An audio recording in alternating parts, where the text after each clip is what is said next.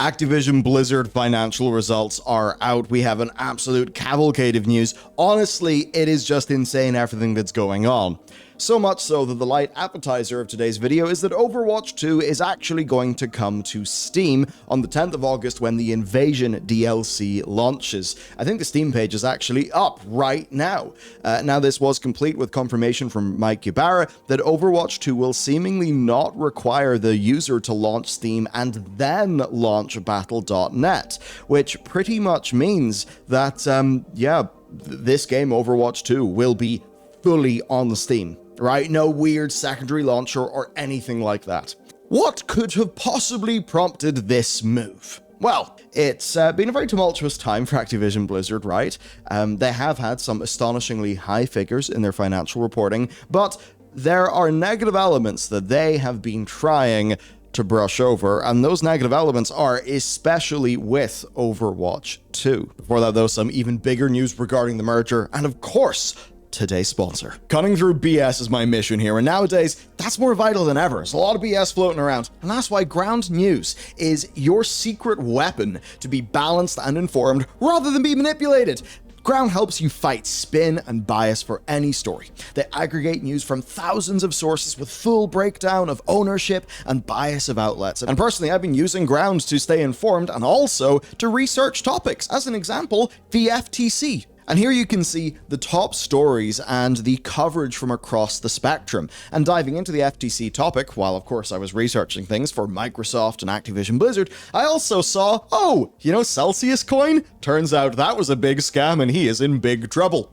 But being able to click in a story and then see how everyone is covering it from across the spectrum is such a superpower. I mean, using Ground, it's faster because you get a bird's eye view of everything and you end up being far better informed, especially with their blind spot tool that analyzes what your reading habits are and then surfaces stories from your own political blind spots. I mean, what's not to love about that? And especially with events in the continent, obviously with Ukraine, being able to see what's really going on and how it's being covered across the spectrum, I think that is more important than ever. So Ground helps me stay informed. It helps me fight the bias of headlines that virally spread across social media, and it just helps me be more grounded in reality. So you can sign up for unlimited access through my link, and that'll get you 30% off the Vantage subscription for as little as $5 a month. It's practically nothing, and they are a truly fantastic service for keeping you honestly informed and sane, because it's really nice knowing just what's going on. All right, thanks Ground, and let's go. The merger is once again delayed. Yes, reset the clock, folks. It is being delayed. However, it's, I think, being delayed for reasons that are, at least for the companies involved, good. Here's the deal. With the UK CMA and Microsoft now in a bit of a quagmire with the UK legal system, but having been sort of granted leave to go back to the drawing board, they have decided to actually just do a delay. This, of course, follows their recent court victory. Microsoft have intimated that they will be willing to allow for some form of divestiture of UK cloud gaming. So I guess that's kind of interesting. Basically, they're going to do what they can to make it go through the United Kingdom, meaning that overall, the merger will just be able to happen. All the parties have talked about how they are committed to progress, though. This is why Activision and Microsoft have actually agreed to extend their contract for the merger until the 18th of October, from, of course, its final date of July 18th. Now, the one sad thing with this is that the hilarious potential scenario where Bobby Kotick could simply refuse to extend the contract and pick up a cool $3 billion from the, from the, that was a part of the clause, basically, if it doesn't happen by this date, there's a termination fee. Technically, he could still do it again, because under the new deal, if the contract is terminated after August 29th, Microsoft will have to pay $3.5 billion of a termination fee, and if it is terminated after September 15th, that goes up to $4.5 billion. Fortunately, though, Activision did just tell us that they went and made all the money under the sun from Diablo 4's launch, so maybe they won't feel the need for that cash just now. Let's talk about the financials then. All right, D4 is now the second best-selling game of this year, behind Hogwarts Legacy. Of course, that is without us having Tears of the Kingdom data. Maybe that would change things. So 4% was on the PS4, 9% on Xbox, 21% on PS5. It's actually where I bought it. and 66% on PC. This is, of course, great news from Activision-Blizzard because on PC, they do not have to give a store cut to anyone. What did this lead to then? Well, ridiculous earnings, right? They had a 50% year-over-year increase in net bookings, operating income up 70% to $583 million, and thanks to the Diablo bump, they actually had record net bookings of over $1 billion. Total net revenues then were $2.2 billion for the year, up from $1.6 billion last year, and this is comprising of $520 million in product sales and $1.687 billion in game/subscription revenues. From digital channels, it was $2 billion. From retail, $81 million. Yeah. Everything is digital now. Of course, that does make a lot of sense, though. Now, console is 25% of the revenue, PC is 27%, and mobile is 43%. Do, of course, remember, King are involved in this whole sad affair. But it does mean that PC and console are pulling ahead, combined, of mobile comparatively year over year. Now, in terms of monthly active users, things are actually kind of interesting here.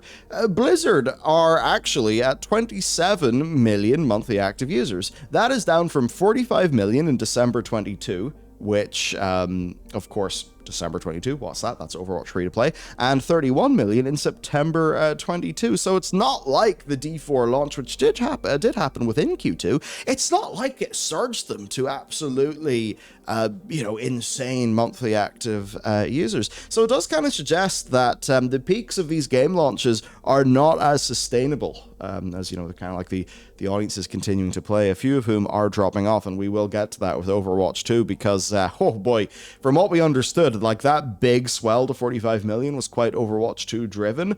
A lot of those people are not coming back. We are going to find out about that soon. It's pretty rough. So Activision then. God drew revenue growth of 17% year over year. Operating income up by 80% year over year. I'm sure that'll make Bobby thrilled.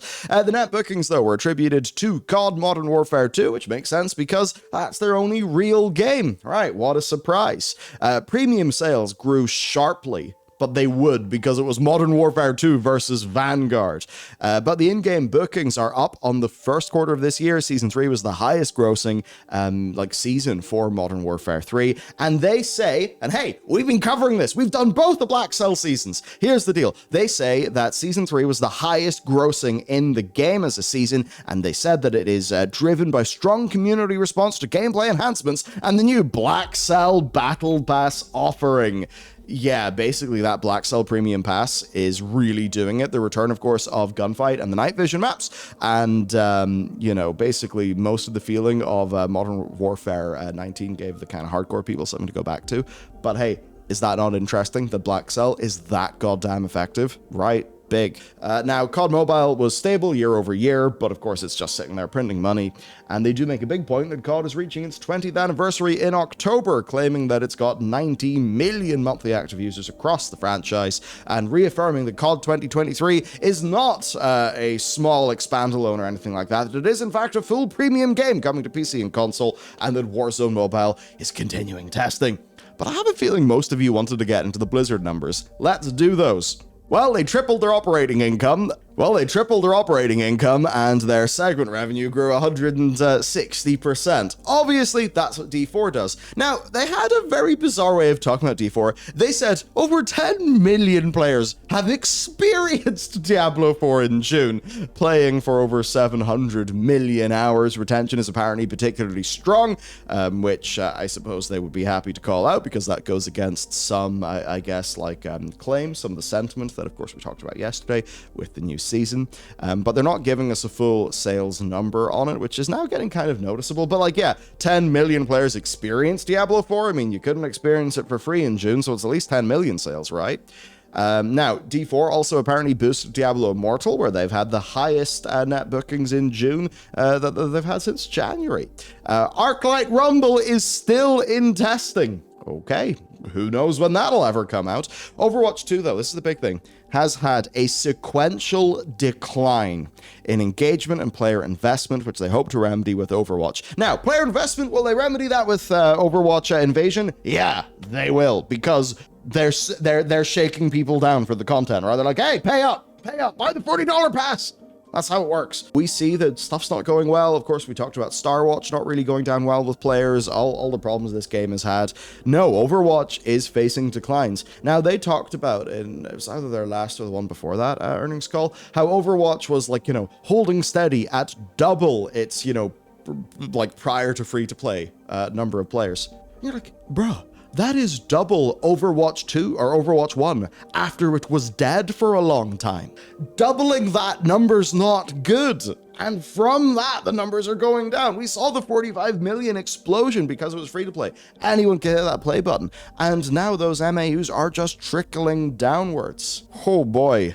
Really, it's rough. And it's about to get rougher with Overwatch in a way that I think will continue to rattle player confidence. However, World of Warcraft, it got a shout out because basically they said retention in the West, obviously like retention in China is currently 0 because you can't play it there anymore. They've got to play in the Taiwanese servers. But yes, retention in the West remains higher than at the equivalent stage of recent modern expansions. Big win. And speaking subjectively as a WoW player, we are eating so much better. Like, yeah, there's been a few bugs, but there's been exponentially more content than what we had during the dark times of the Shadowlands. And BFA. It's shockingly good. However, Overwatch League is scuppered and screwed. Oh my god. Right. They might be calling it quits. They're apparently facing headwinds. I think the headwinds of the Overwatch League that are negative are completely cocking up Overwatch 2. That would do it. But yes, they basically have amended the terms of the Overwatch League team stuff during this quarter. Now, of course, I've already talked to you about the debt forgiveness. That is like, I saw it being reported, was it like 400 million or so? It was a lot of millions anyway, right? In like debt forgiveness because these Overwatch teams, Bobby's like, hey, where's your license fee? This is the NFL. Give me your money. And then the teams are all like, but we don't. Not enough people buy our merch and watch the Overwatch League for us to afford the fee to be in the Overwatch League, Bobby. It's so bad. Yeah. So basically, after the current season ends, the teams will get a vote on whether they bother anymore. Right? If the teams do not vote to continue under an updated operating agreement, a termination fee of 6 million will be payable to each of them, a total of approximately 114 million. And really from the balance sheets, this stuff is a rounding error. Like they say that total revenues from the Overwatch League comprise less than 1% of our consolidated net revenues. Hey, man, they wanted to make gamer NFL. They clearly looked at the thing that they had and thought, we can do this. We can be bigger than the LCS. And you know the thing is, they probably could have been if they didn't completely cock up the whole situation, which they managed to, of course, in spite of the very hard work of the esports, broadcast and production teams. And actually, if you go by these numbers, the whole less than 1%, it does mean that the Overwatch League as a whole is generating a net revenue of below 22 million. And of course, that's likely why they've been cutting costs and things like that, progressively over time. And now we have heard, per The Verge's reporting in interviews, that 50 people in the esports field have been laid off. A lot of support staff for the league are basically gone. This includes editorial teams who produce content, as well as many other people, not just the OWL, also the CDL. There was no warning given to staff. Actually, many people in the Overwatch team found out about this. Via social media. I mean, the Overwatch 2 dev team, they found out about this because they saw it happen, just like me and you did, on Twitter, probably. This was a complete shock to everyone, and none of us who were laid off were offered any opportunity to switch roles or teams. The team has absolutely shrunk over the last few years, and the esports as a scene has been struggling. It's the great esports winter because, hey, maybe a bunch of those numbers were goddamn fake, and everybody in and around the industry knew that the bubble was going to burst. Everyone knew it! Anyway, they say they were seeing record viewership and lucrative sponsorship deals for our Call of Duty League tournaments. Overwatch League didn't seem quite as successful from a viewership perspective, but we saw more success than ever with our OWL skins promotion and our side leagues, like calling all heroes. And this is why Team 4 staff were actually shocked that Team 4 is the Overwatch dev team internally at Blizz. They were basically shocked about this. Here's one person just tweeting, I think it's cool finding out about this from twitter.com, not my own company. I think it's super cool. There's confidentiality on sensitive topics, and then there's radio science. Saying nothing to Team 4 about the Overwatch League after the announcement is wild. Absolutely goofy behavior. It's just goofy. I mean, hey, I imagine you're on the Overwatch team. Like, what's the most scathing thing you can probably say? I'm disappointed and this is goofy. But that does obviously suck for them. Obviously sucks more for the people who now don't have a job. Now, there does seem to be some intention to have esports still continue in the company, or at the very least, that's the company line that is going to be repeated until... the Overwatch League takes the vote. Quote, I want to be clear about one thing in particular, that Overwatch remains committed to a competitive ecosystem in 2024 and beyond, which I think basically just means probably not as big. So what might exist? Here's some quotes. If you look at our playoff format that we're doing this year, that should be a clear indication that yes, we've been looking at Apex as one of our examples. The playoff format this year is almost an exact copy-paste of Apex Season 2. But again, when you look at all of this, how so many of the problems have just been the core leadership of the OWL and Activision-Blizzard, well, the core leadership's probably still the same. So, same people, same problems. I'm suspicious. And that's basically it. A lot of money from Diablo 4, which is currently struggling a little bit from player sentiment, and actually something we'll be firefighting with a live stream today, so I can't wait to see what they've got to say there, because, look, I can understand them wanting to clean up their balance and do some things ahead of the new season that starts off the future of the game, but, I mean, certainly whatever their intent was, the players... It hasn't felt good for the players, and ultimately that's the thing that matters. But other than Diablo 4, like, we've got World of Warcraft trucking on strong, and then Overwatch absolutely withering on the vine. And I think the real learning for me with Overwatch is, yeah, it turns out a season every 9 weeks doesn't count for shit. Turns out there's other things than being a live service battle pass that people want to play. And maybe other ways that people want a game to make them feel. And ultimately... Overwatch, they made some changes, they relaunched, they've had some odd balance things, but yeah, that seasonal thing ain't working. It's not bringing in the bacon, it's not retaining the players. And the thing about a game like Overwatch 2, you got to remember, this isn't a thing of like, the sort of game where it's like, oh yeah, it launches and then it withers away and that's fine, whatever. No, Overwatch 2 is poised as a forever game, in the way that people play Counter-Strike for like 20 years. People have played League for a decade or more. Overwatch is supposed to be up there as an evergreen game that just always trucking. So when it starts to wither in the vine, that's really bad unless they can turn it around. So while the numbers are really good right now, absolutely, there should be alarm bells at Blizzard. Okay, what do you think about things? I mean, you know what I think. I still enjoy playing the odd bit of Overwatch because I enjoy Baptiste and I enjoy the core game that the game designers went and made. But certainly it's not the sort of game that I can rely on as a sort of pillar of the hobby for myself anyway. That's what I think. Have a great day. Let me know what you think. I'll see you next time.